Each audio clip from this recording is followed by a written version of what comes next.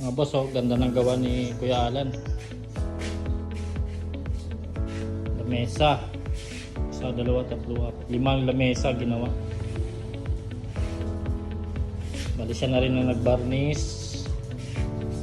Tapos yung frame, metal frame na yan, siya na rin ang gumawa. So sa kanya na lahat. Ang pati upuan.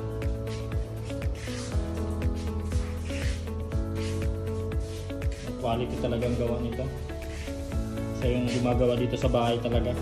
Yung mga cabinet namin, siya rin ang pulido. Ito may butas na tapos lagyan niya ng epoxy. Makinis to gumawa, mga lods.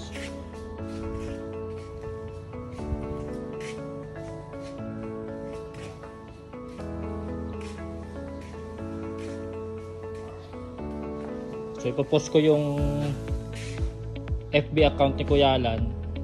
Tingnan nyo lang. Dito lang yan sa Naga Pili area sa Bicol po. Meron siyang gamit.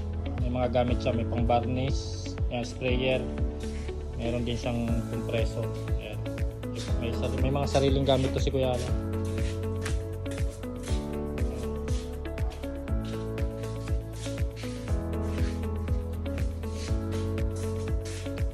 Ayan po gumagawa yan.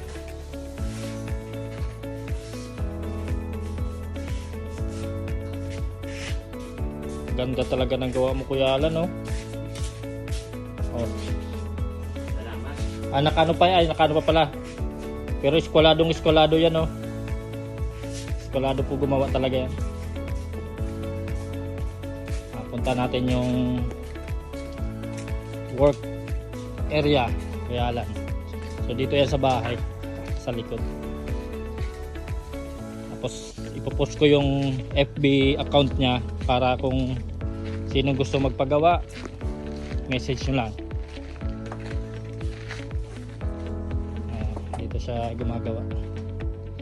Kasi may mga kahoy kasi kaming sayang din yung mga gandang kahoy.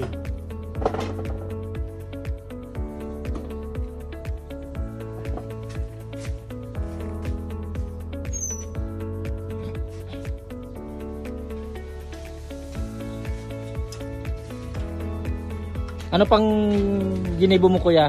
Mana, yun lang to? Ito, matitis pa kayo ng duman. Iga pagtitis-tison. Lamesa pa. Lamesa.